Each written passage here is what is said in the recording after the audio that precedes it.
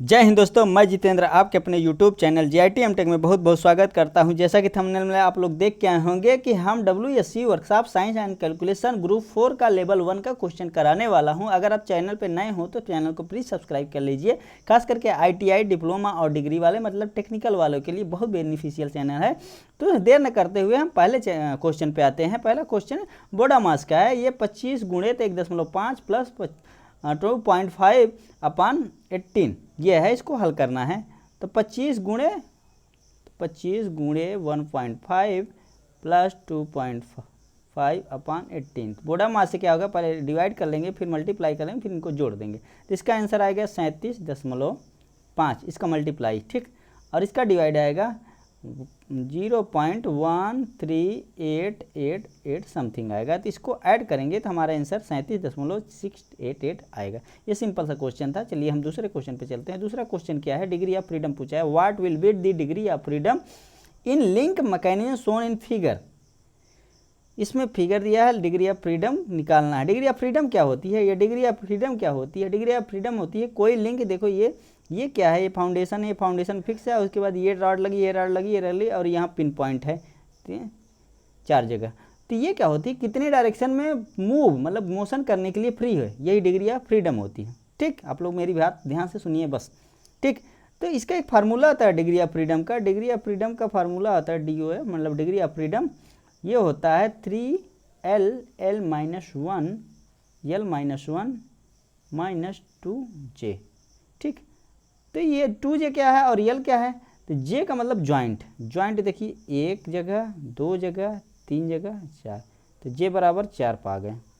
L का मतलब link क्या है, देखिए लिंक मतलब ये राड कितनी है, एक राड है, 2 राड है, 3 राड है, और चौथा भी है। ध्यान दीजिए, चौथा क्या है, ये जमीन पूरी क्या है, फिक्स।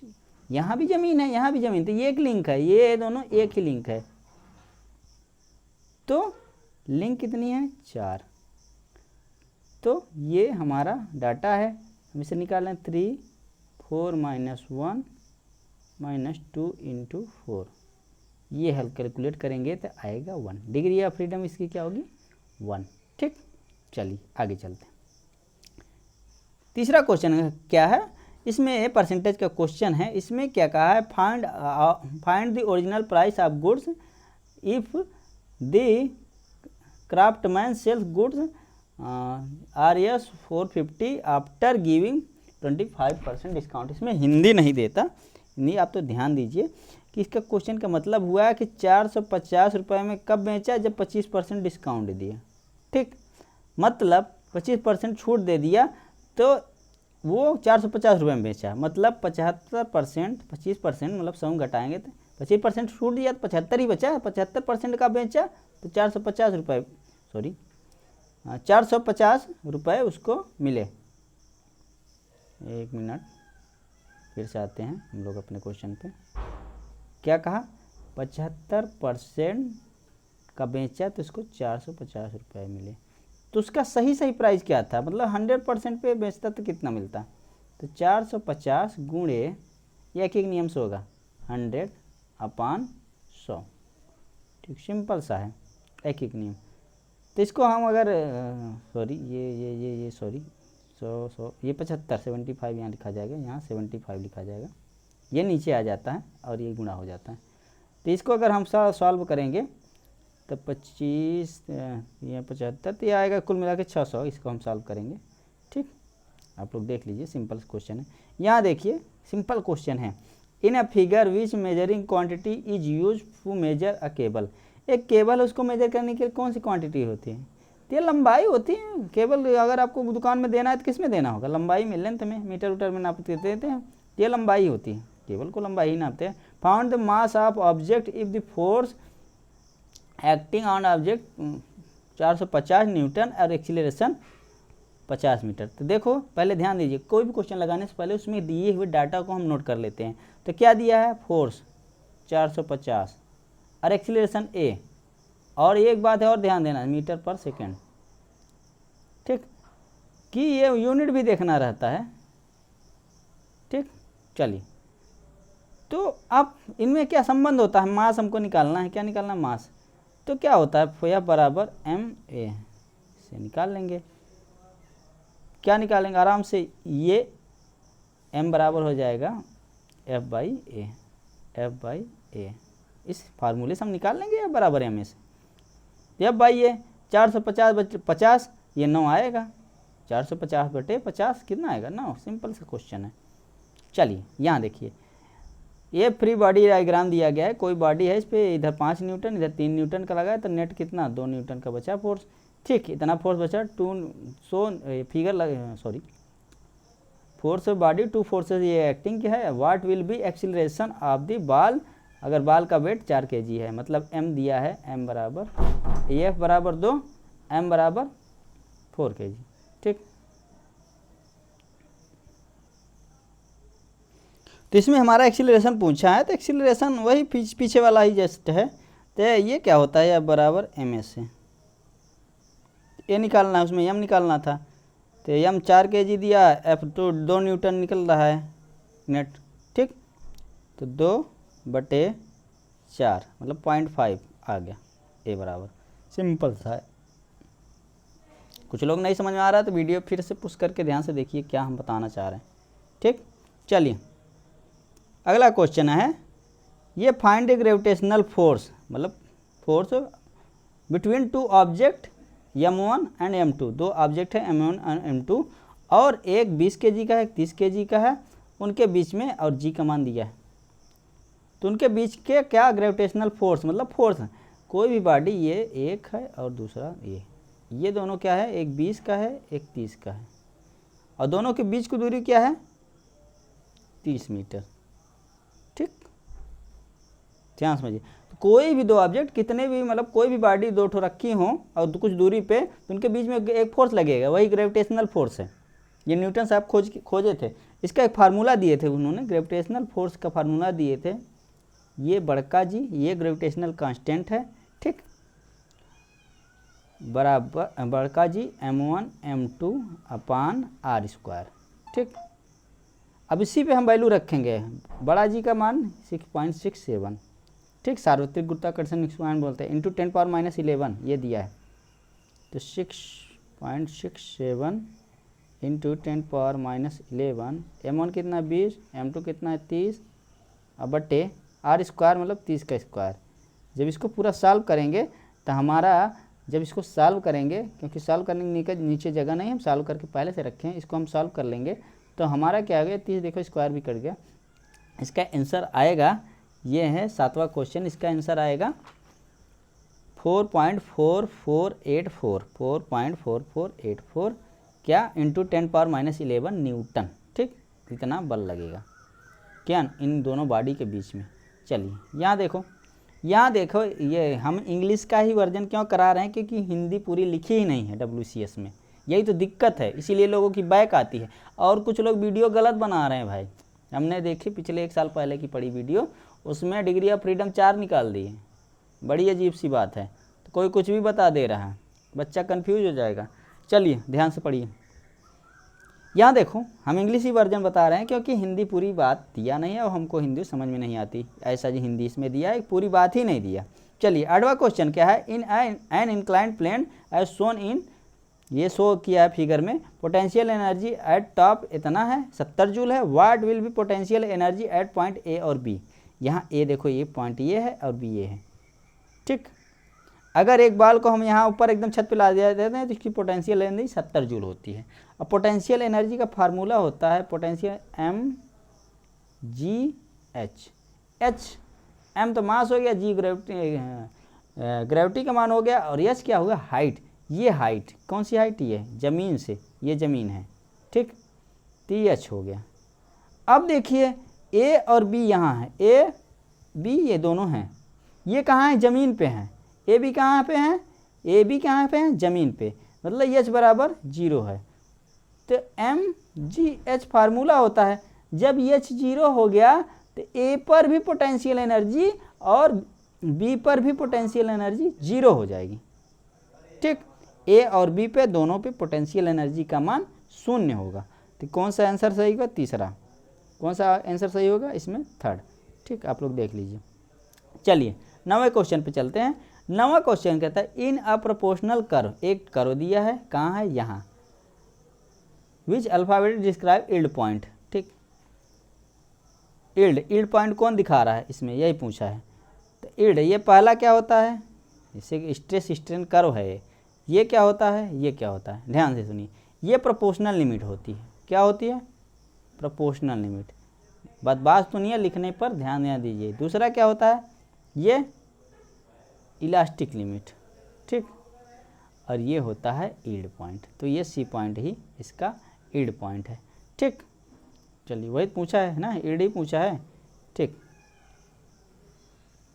ये देखिए 10वां क्वेश्चन पे आते हैं। What will be the velocity ratio of the wheel and axle having wheel diameter 500 mm and axle diameter 250 mm। ठीक, इसकी वेलोसिटी रेशियो पूछा है।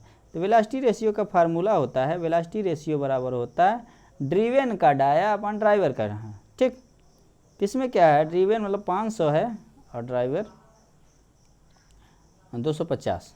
ठीक,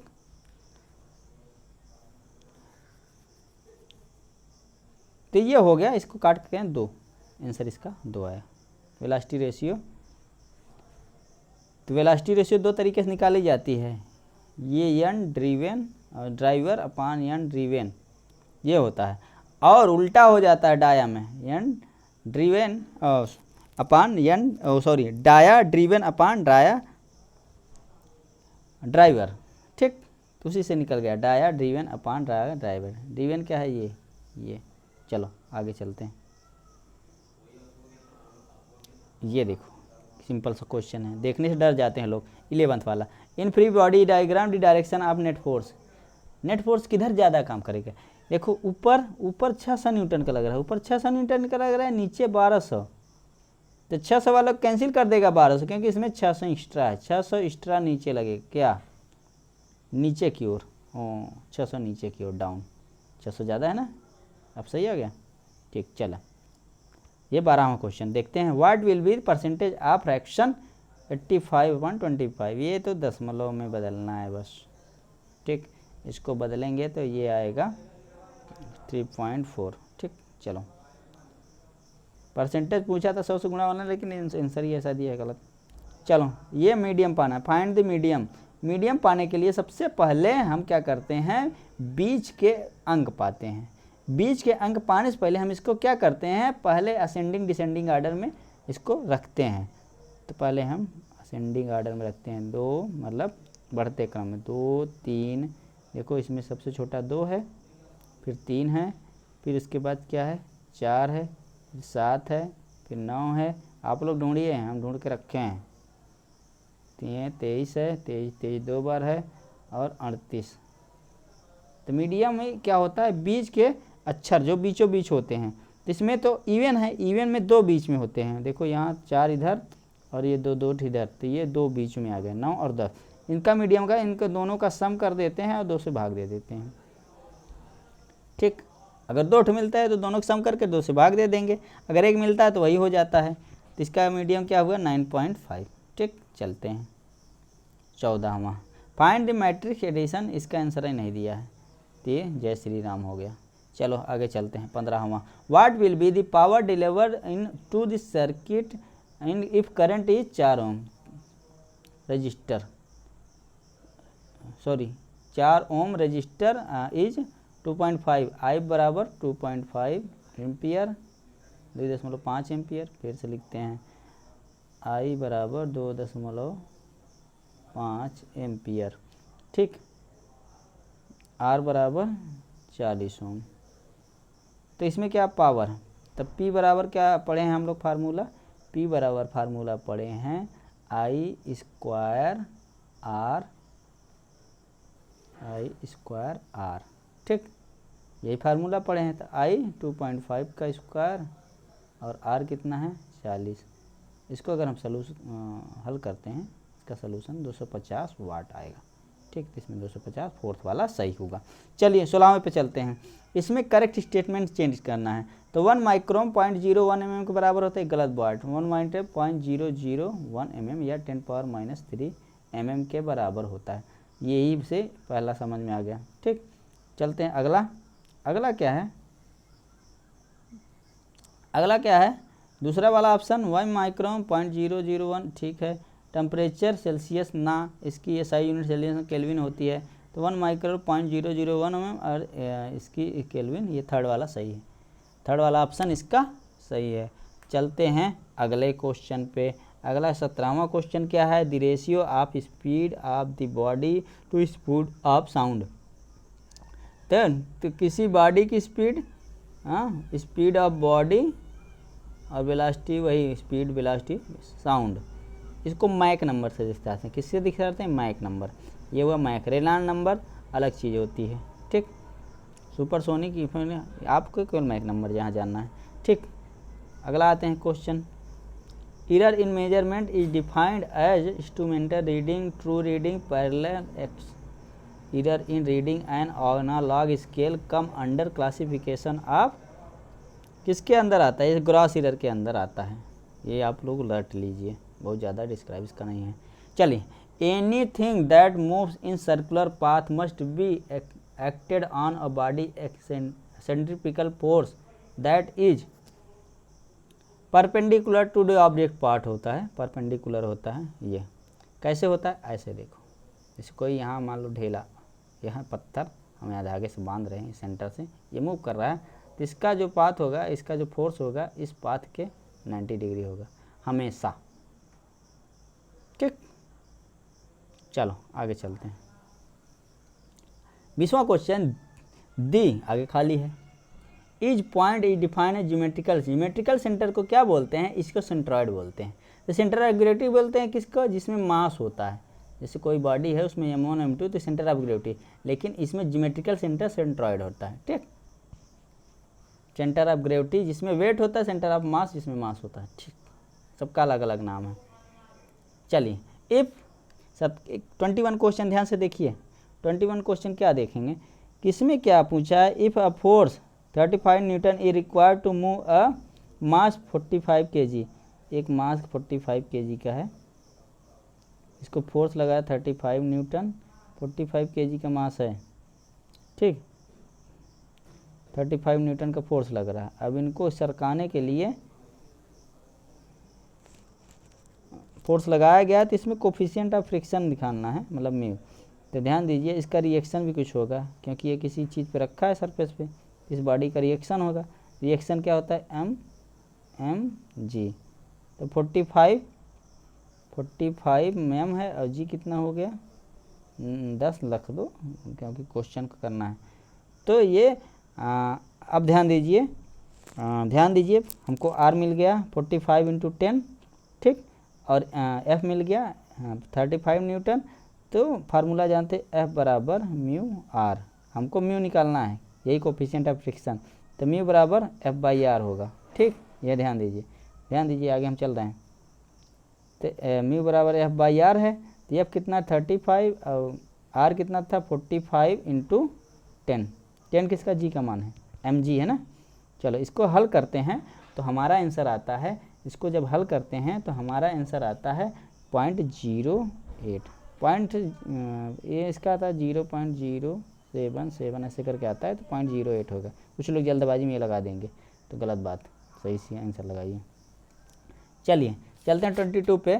ये क्या हो, ये क्या, विच list is substance in order increase density, सबसे कम किसकी होती, फिर उससे ज़्यादा किसकी होती, वही लिखना है। तो ये रटने वाली चीज़ है, इसका सेकंड वाला ऑप्शन सही है। सबसे कम केरोसिन, फिर वाटर, फिर ऑक्सीजन वो भी लिक्विड फार्म। सोच रहे हैं कि ऑक्सीजन क्या है, कि हम लिक्विड फार्म ना के उसके फार्म में बदलने गैस के, ना, लिक्विड फार्म में ऑक्सीजन की डेंसिटी वाटर से ज़्यादा होती है, ठीक। लेड भी हैवी होता है। डेंसिटी का मतलब क्या होता है, कि मतलब मान लो ये कोई एरिया है, इसमें कितने सारे मॉलिक्यूल किसके ज़्यादा घुसते हैं, 1 kg या उतने वॉल्यूम के अंदर, वो डेंसिटी होती है। चलो अगला क्वेश्चन 23वां, coefficient of thermal expansion A, क्या निकालना, coefficient thermal expansion of material A is, मतलब दो मटेरियल ए और बी दिए हैं, और उसको दिखाया गया किसका थर्मल एक्सपेंशन ए का बी से क्या है। तो देखो यहाँ देखो, ये तो बराबर थे रॉड, फिर इसको ठंडा किया गया, तो ठंडा किया गया तो जो चिंगुरता है मतलब सिकुड़ता है वो दब जाता है। देखो बी सिकुड़ गया ठंडा करने पर, ए कम सिकुड़ा तो बी दब गया, तो मतलब बी में ज़्यादा सेंसिटिविटी है। यहाँ देखो जब गर्म किए तो बी देखो बढ़ गया, मतलब बी का थर्मल एक्सपेंशन ठंडा होने पे ज़्यादा सिकुड़ रहा है, गर्म होने पे ज़्यादा फैल रहा है बी। तो ए का जो थर्मल एक्सपेंशन है बी के कंपेयर में कम है, यही आंसर। तो क्या हो गया, स्मॉलर दैन मटेरियल बी। ठीक, चलते हैं अगले क्वेश्चन पे। बातें समझिए, समझने की कोशिश भी करिए अगर नहीं समझ में आ रहा है। ठीक, चलते हैं अगले क्वेश्चन पे। अगला क्वेश्चन हमारा है rotary compressor are use where quantity of gas is needed at high pressure low pressure. क्या होगा, देखो कंप्रेसर हम बता दें। कंप्रेसर आप लोग साइकिल पंचर की दुकान पे गए होंगे तो वहाँ एक डब्बा रहता है, वो उसमें या गाड़ी के में हवा भराने गए होंगे तो उसमें एक सिलेंडर बड़ा सा लगा होता है ऐसे, और उसके ऊपर एक मोटर बंधी होती है। सॉरी, फिर से बनाते हैं। ये सिलेंडर लगा होता है और इसके ऊपर यहाँ पाइप जुड़ी होती है, आपकी हवा भरता है, यहाँ मोटर लगी, यही कंप्रेसर होता है। तो रोटरी कंप्रेसर होता है, इसमें बड़ा सा सिलेंडर होता है। रोटरी कंप्रेसर क्या होता है, ऐसे होता है, ऐसे ऐसे ऐसे ऐसे पंखे की तरह। और एक होता है रेसिप्रोकेटिंग सिलेंडर पिस्टन का अरेंजमेंट होता है ऐसे। ठीक, तो ये क्या होता है, रोटरी कंप्रेसर में ढेर सारा हवा, ये हाई क्वांटिटी में हवा लेता है और इसका प्रेशर लो होता है। लेकिन रेसिप्रोकेटिंग में लो क्वांटिटी होती है और प्रेशर हाई होता है, इसमें प्रेशर हाई होता है। तो रोटरी में प्रेशर लो होता है, रेसिप्रोकेटिंग में प्रेशर हाई, लेकिन रोटरी में क्वांटिटी हाई, तो ये large quantity and low pressure. ठीक, ये दूसरा वाला इसका ऑप्शन सही है, 24 का दूसरा सही है। चलते हैं आगे। आगे क्या है, चलो, the flow is turbulent if Reynold number एक आया। देखो अभी पीछे आता है ना रेनॉल्ड नंबर मोर देन किससे ज़्यादा हो, 4000 से। वो कैसे, ध्यान से सुनिए। रेनॉल्ड साहब ने बताया कि अगर किसी, मेरा जो रेनॉल्ड नंबर है, अगर उसको हम 2000 तक, 2000 या 2000 कम रखते हैं तो फ्लो होगा लेमिनार। क्या होगा, लेमिनार। लेमिनार का मतलब कोई भी पाइप है और उसमें क्या बह रहा है, पानी, वो एकदम लेयर बाय लेयर एकदम लाइन में ही बह रहा है। ठीक ठीक, अगर 2000 और 4000 के बीच में है, 2000 और 4000 के बीच में है तो फ्लो होगा ट्रांजिशन, मतलब ना तो लेमिनार होगा ना तो टर्बुलेंट, इसकी बीच में, मतलब स्थिति बिगड़ती है। लेकिन अगर 4000 से ज़्यादा हो गया, 4000 से ज़्यादा हो गया तो फ्लो हो गया टर्बुलेंट। टर्बुलेंट का मतलब एक पाइप है, इसमें हम पानी बहा रहे हैं या कुछ भी बहा रहे हैं, तो पहले इधर भागेगा फिर इधर भागेगा, हर एक कण एक दूसरे के रैंडम भाग रहे हैं, मिक्स हो जा रहे हैं, तो होता है टर्बुलेंट। तो इसका आंसर होगा 4 नंबर। चलिए आगे चलते हैं। The viscosity of fluid 1 poise, its viscosity will be. क्या, मोशन में था तब और रेस्ट में था तब कह रहा है, तो मोशन हो चाहे रेस्ट में है, जो विस्कोसिटी है वो इसके वेलोसिटी पर डिपेंड ही नहीं करती फ्लूइड के। ठीक, तो 1 पॉइज ही रहेगा अगर रेस्ट में है तब भी। ठीक, चलिए आगे चलते हैं। यूजिंग किरचॉफ साहब ने क्या कहा कि एक कोई नोड है, इस पर कुछ करंट जा रही है और कुछ करंट आ रही है। तो किरचॉफ साहब ने कहा कि करंट इनकमिंग बराबर करंट आउटगोइंग। ठीक, जितनी आई और उसको बराबर होता है जितनी गई, तो कुछ नहीं करना है, आने वाले को जोड़ देना है, उसी के बराबर जाने वाले कर देना, तो यहाँ आई का मान निकल आएगा। चलिए हम लोग आने और जाने वाले को जोड़ते घटाते हैं। तो आने वाले को जोड़ते हैं, चलिए आने वाला क्या है, नहीं पहले जाने वाला देखते हैं। जाने वाला 30 + 20 + 15। ठीक, तो 30 + 20 + 15 बराबर 15, ये अंदर आने वाला 15 + I1, तो 15 से 15 करें 30 20 50, I1 का मान कितना है 50। गुड, चलिए आगे चलते हैं। यहाँ देखो ये किसका कोऑर्डिनेट का सवाल दिया है, what is the distance point intersecting straight line. Straight line 2 line दिया है, 2 लाइन दिया है, और ये क्या क्या है, कोई ओरिजिन है, मतलब ये चतुर्थांश है, यहाँ से इसकी दूरी पूछा है। चलिए हम देखते हैं। तो पहले x y का मान, 2 इक्वेशन दिया है, 2 चीज़ें जानना है। एक्स वाई का मान जान लेते हैं, 2x 3y, ये इतना हम रख देते हैं। तो y, हम इस वाले इक्वेशन के देखते हैं, y बराबर x प्लस 7 को हम ऐसे लिख सकते हैं, x माइनस वाई बराबर -7। इसमें 2 से गुणा करेंगे तो 2x माइनस 2y बराबर -14। और इस इक्वेशन को और इस इक्वेशन को क्या करेंगे, हम घटाएंगे। जब घटाएंगे तो x घट जाएगा और ये 3 2 5, 5y 5y बराबर 14 और 6, 14 6 20, तो y बराबर आ जाएगा 4। y बराबर कितना आएगा, y बराबर 4 आ जाएगा। तो x बराबर आएगा 3, x बराबर -3 आएगा, x बराबर माइनस, y बराबर 4 आया, x बराबर नहीं, याद रखिए क्या आया है, y बराबर 4 और x बराबर -3, इतना आया है। तो ये कहाँ होगा, एक देखो -x में है तो इधर आएगा 3 कहीं होगा, और ये 4, 1 2 3 4, यहाँ कहीं पॉइंट होगा, ठीक, चतुर्थांश में। ये पहला दूसरा तीसरा, दूसरे चतुर्थांश में है 4 -3 ये है। और इसकी सेंटर से डिस्टेंस, सेंटर क्या है 0, सेंटर से डिस्टेंस का फार्मूला क्या होता है, x2 minus x1 plus y2 minus y1, ये फार्मूला होता है, इसका स्क्वायर होता है, ठीक, फार्मूले में। तो x2 माइनस x1 का स्क्वायर क्या होगा, x2 माइनस x1 का स्क्वायर होगा, क्योंकि x1 0 है और क्योंकि ओरिजिन से ही पूछा है तो 0, तो ये -3 का स्क्वायर, ये सब रूट में, प्लस 4 का स्क्वायर, यही होगा। तो इसको हम हल करेंगे तो √25 आएगा, और ये 5 के बराबर आता है √25, इसका आंसर ये होगा। थोड़ा डेंस हो जा रहा है कैलकुलेशन, तो प्लीज़ आप लोग ध्यान से देखिए, इसको हम बोल रहे हैं, पूरा डिस्क्राइब कर रहे हैं, तो उसको समझने की कोशिश करिए, ठीक। चलिए, cannon ball is drop from a tower as it fall, जिसको कोनो टावर है बड़ा सा, ये टावर, अरे बॉल यहाँ रखी, इसको गिराते हैं, तो जब ऊपर ले जाते हैं तो पोटेंशियल एनर्जी हाई रहती है, ठीक। तो इसमें क्या होगा, जब बॉल गिरती हुई गई तो काइनेटिक एनर्जी इंक्रीज होती है, पोटेंशियल एनर्जी, ये वाला नहीं सही, काइनेटिक एनर्जी क्या होती है, इंक्रीज, और पोटेंशियल एनर्जी डिस्क्रीज, पहला वाला ही सही है। और इसके आगे हम फिर चलते हैं, ये देखो, भगवान राम है, कोई इंसान है, उसने क्या किया है, धनुष बाण लिया है, उसको क्या किया, खींचा है, स्ट्रेसिंग एरो, मतलब खींची हुई तीर क्या स्टोर करती है, तो इसमें मसल्स पावर स्टोर हो गई थी, इसमें पोटेंशियल एनर्जी स्टोर है, लेकिन आंसर हमारा काइनेटिक एनर्जी की है, गलत दिया है, क्या करेंगे, लेकिन इसका आंसर पोटेंशियल एनर्जी होगा। चलिए आगे चलते हैं, अगला क्वेश्चन क्या है, 31 क्या है, with the help of pulley a person able to raise a load 500 newton through 8 metre, ठीक, मतलब 500 न्यूटन का लोड है और 8 मीटर तक वो खींचता है, का पुली वाले अरेंजमेंट ऐसे, पुली वाला अरेंजमेंट ऐसे ऐसे होता है, ये और वो फोर्स कितना लगाता है, 95 न्यूटन, और 64 मीटर जिस रस्सी को है उसको खींचता है।